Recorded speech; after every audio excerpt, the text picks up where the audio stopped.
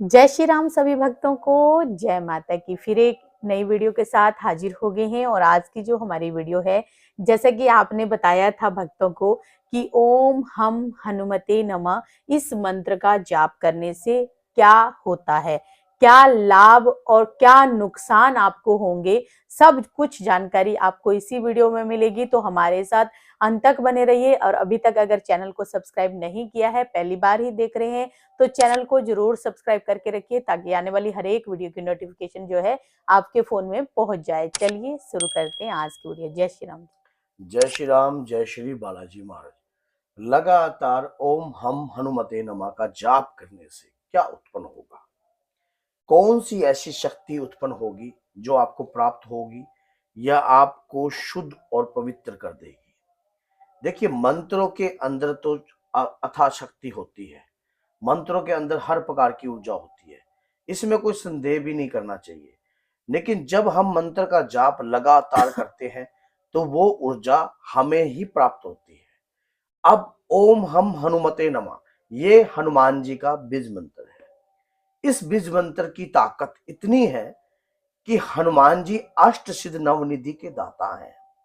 जब आप लगातार इस मंत्र की साधना करते हो, इस मंत्र का उच्चारण करते हो अपने मुख बंदों के द्वारा, तो ये मंत्र सिद्ध होने लग जाता है। 5.25 लाख के बाद ये मंत्र कार्य करता है। इसका पहला पहाड़ जो है कार्य करता है 5.25 लाख के बाद। उसके बाद आप इसकी जाप की संख्या जितनी बढ़ाओगे वो आपके ऊपर निर्भर करते हैं।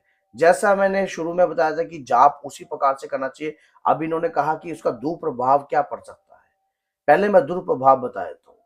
अगर कोई मंत्र हम जाप करते और जाप करके उसको अधूरा छोड़ देते हैं तो ये उसका दुष्प्रभाव भी पड़ता है इस चीज का। अगर हम किसी मंत्र को उठाते हैं कि हम इस मंत्र को उठा रहे हैं, इस समय पर उठा रहे हैं, रोज की 11 माला करेंगे और 11 माला का संकल्प लेकर उठा रहे हैं और उसके बाद एक ही माला कर रहे हो, ये भी दुष्प्रभाव का कारण हो सकता है। दूसरी बात ये होती है कि आप मंत्र का जाप करते हो, जाप करते करते बीच में छोड़ देते हो, नुकसान देगा।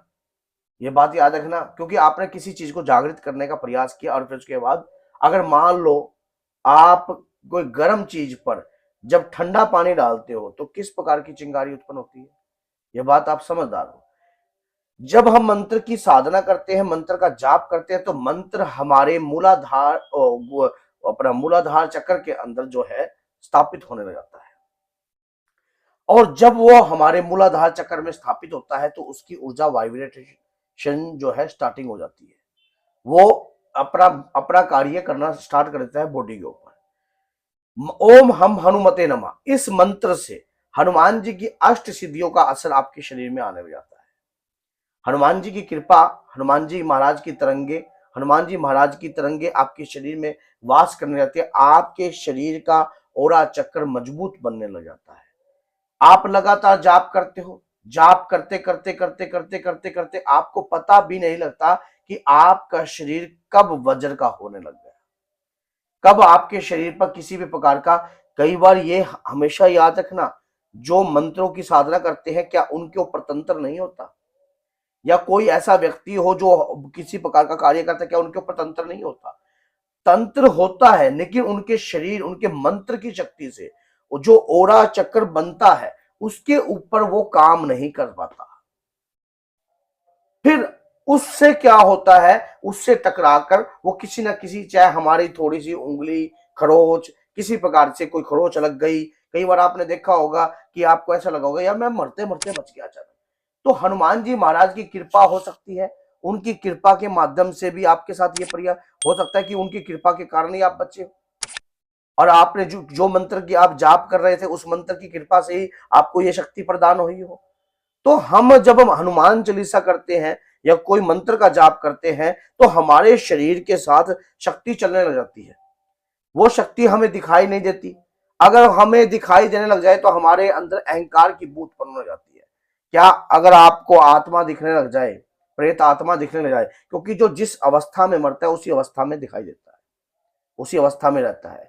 तो उस प्रकार से आपको जब दिखेगा तो आप रोटी नहीं खा पाओगे, आप अपने आप को संभाल नहीं पाओगे, अपने आप को समझ नहीं पाओगे। तो आपके ऊपर किस प्रकार का प्रभाव पड़ सकता है ये देख लीजिए आप। इसी प्रकार से आप जब मंत्र का जाप करते हो, मंत्र की शक्ति का आह्वान करते हो, उससे आपका शरीर जो है दिव्यमान बनने लग जाता है। ये आपको पता नहीं लगता एंड तक भी। ओम हम हनुमते नमः, ये हनुमान जी का बीज मंत्र है। इसमें अष्ट सिद्धि और नवनिधि की कृपा भी आपको प्राप्त होती है। और जो हनुमान जी की कृपा को प्राप्त करता है, आपको पता है हनुमान जी अजर अमर है, धरती के जागृत देवता है। उस जागृत देवता की जब कृपा आपके ऊपर होती है तो किसी भी प्रकार के रोग बीमारी आपके शरीर के नजदीक नहीं आते। अगर शरीर पे कोई रोग होने लग जाता है तो मंत्र का ताप इतना होता है वो रोग बनता ही नहीं है।